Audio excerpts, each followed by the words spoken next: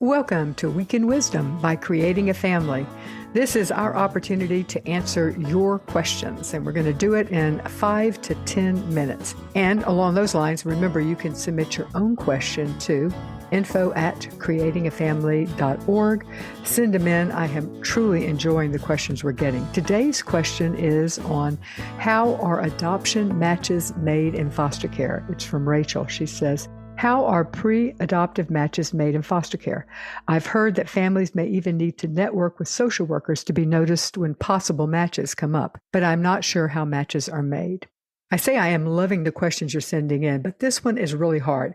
It's seemingly an easy question, but it is anything but. It is a really hard question to answer because it differs by state and by county or parish, and honestly, many times by the caseworker. So some states have a state-run foster care system, where at least in theory, all counties in the state follow the same basic procedures. But other states have what's known as a county-run system, where each county has their own procedures. So the bottom line here is that there's lots of inconsistencies. I'm going to try to answer this question generally, Rachel, but you're going to have to keep in mind that there are a lot of buts in this, and it may not apply to you. So how are matches made? If you are a foster parent, the match is made because the child is in your home. If family reunification is not going to happen, and if a relative is not found who is able to take the child, then usually the foster parent is asked if they want to adopt. This means one less transition for the child, one less trauma for the child. So that's how most non-relative matches are made in foster care. But if the child's foster parent or relative placement are not able to be the permanent home for the child or the youth, then the child's or youth's caseworker, or sometimes in some places it's not the caseworker, they're then shifted to another worker who may be called the adoption worker or something like that. But anyway, that person starts looking for a permanent home for the child through adoption or sometimes guardianship. Each state, county, and in many cases, the workers themselves have a different approach. Once the worker finds a family or several families that they think would be a good match for the child or the youth, then they will usually bring this before a committee to approve. And this committee could be called something like a permanency planning committee, or it could be called an adoption committee, or sometimes it's just kind of all put together with the child and family team meeting. But anyway, the big point here is that it is up to the caseworker to find and then bring it to the committee. So some states and counties have a process for tracking available adoptive families.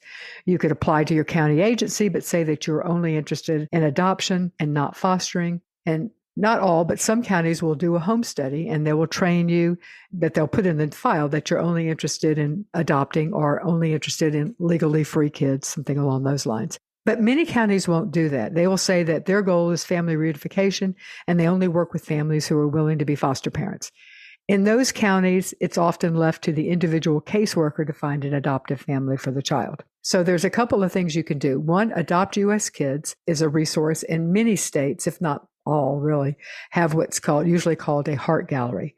So any child who is a permanency plan has shifted to adoption and the foster parents are not going to be able to be that adoptive home. So any child could be listed on either Adopt US Kids or the state's heart gallery.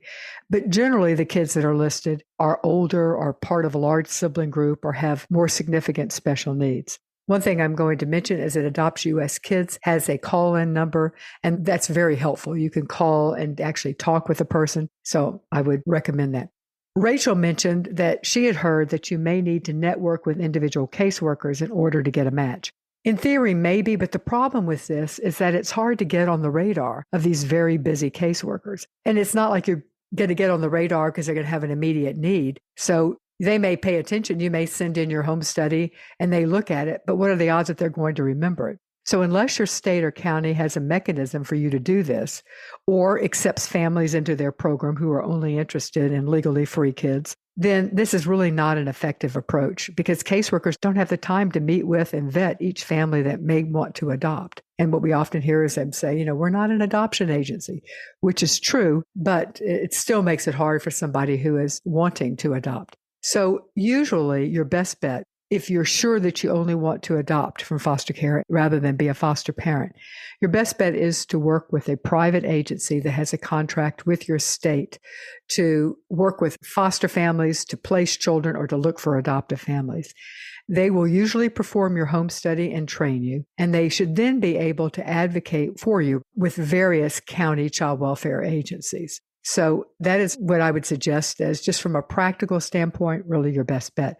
But another option, and it's a great option, is to get licensed as a foster parent, but specify that you only want to do respite care. So as far as I know, all child welfare agencies are looking and need good respite homes. And this is a great option because it allows you to be known within the agency so that when they do have a need to find an adoptive home, they may well think of you because you're in the agency. Plus, it gives you the experience of parenting kids who have experienced various early life traumas, and it provides just a really necessary service. So it's kind of a three-way win, a win-win-win situation. So, Rachel, this is a very general answer that may not apply in all states and counties, including yours. But honestly, that's just the nature of the beast. We have to answer very generally. Thank you for sending in your question. Before we leave, I want to tell you about our newsletter service. Creating a Family has an e-newsletter that we send out monthly. We curate just the best information that is out there, and it takes a lot of pressure. You don't have to read everything. We've done it for you, and we're going to include just a few. We don't overwhelm you with too many resources. And you get a free guide. Right now, the guide we're giving is Parenting a Child Exposed to Trauma. You can sign up just at the top of our website, creatingafamily.org, or you can go to bit.ly/CAF guide. And thanks for listening to this week's Week in Wisdom. If you like it, please tell a friend to subscribe to the creatingafamily.org podcast.